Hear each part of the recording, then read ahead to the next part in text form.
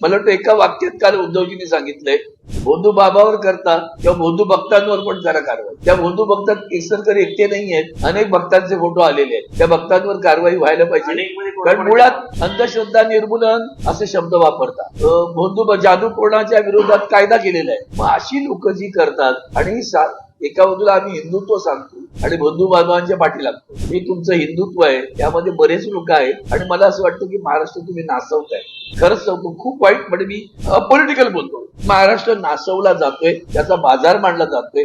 सांस्कृतिक दृष्ट्या त्याची घसरण आहे, सामाजिक दृष्ट्या घसरण आहे आणि आर्थिक दृष्ट्या तर विटंबना आहे. याला जबाबदार कोण आहे? सत्ताधारी, दुसरं कोण असतं? असं आहे ना, माझ्या हातात सत्ता आहे तर मीच जर असंच चॅरिटी बिगिन्स एट होम असं इंग्रजीत एक सुंदर म्हणणं आहे की जे काय ते सुरुवात राज्याने केली पाहिजे. राज्यात जर तसं असेल तर प्रजेच्याकडे काय बघतो? तुम्ही मतं विकत घेता की नाही? मला तर वाटतं नार्कोटेच घ्यावी माझ्या सकट सगळ्यांची आणि विचारा फक्त एकच प्रश्न, मतं विकत घेतलीस की नाही, मग तुम्हाला कळेल. घ्या ना नार्कोटेज सगळ्यांची.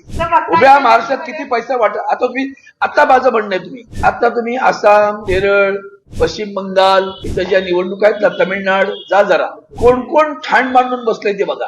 तुम्हाला परराज्यातून तुमच्या नेत्यांना का पाठवावा लागतो ठाण मांडायला? ते ठाण मांडलेल्या नेत्यांचा खर्च कधी दिसतो का रे तुम्हाला? 5 स्टार हॉटेलमध्ये इकडे तिकडे राहतात ना. म्हणजे मुंबईमध्ये त्यांनी स्वतःच सांगितलं होतं ना, म्हणजे मुंडेताई स्वतः बोलल्या होत्या. हजारो कार्यकर्ते विधानसभेच्या निवडणुकीला आले, ते कुठे राहिले? त्यातल्या आमच्याकडे त्या माझ्या दक्षिण मुंबईमध्ये पकडला गेला नंदुरबारचा मुलगा. मग त्याला परत जाती जोडतो, त्याला त्याची जात काढली गेली. जो गडबडी करतोय, जो लवाडी करतोय, जो पैसे वाटत एनवलप आहेत पैशा सकट, त्याला तसा पकडलेला आहे. पुढे काय झाली कारवाई? तर तिथला स्थानिक गेला मंत्री आमचा राज्याचा, त्याची जात करून त्यांच्यावर हे घ्या जातीवर. अरे जात बघून त्याला मारलंय का?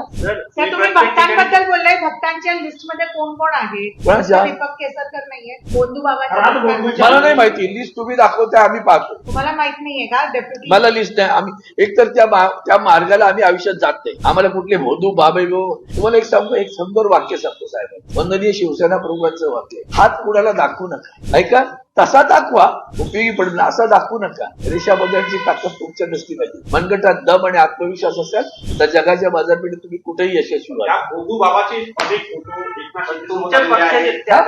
शिंदे सोबत आहेत, त्यानंतर दीपक केसरकर आहेत, जयंत पाटील आहेत, व्हिडिओ झालेले आहेत.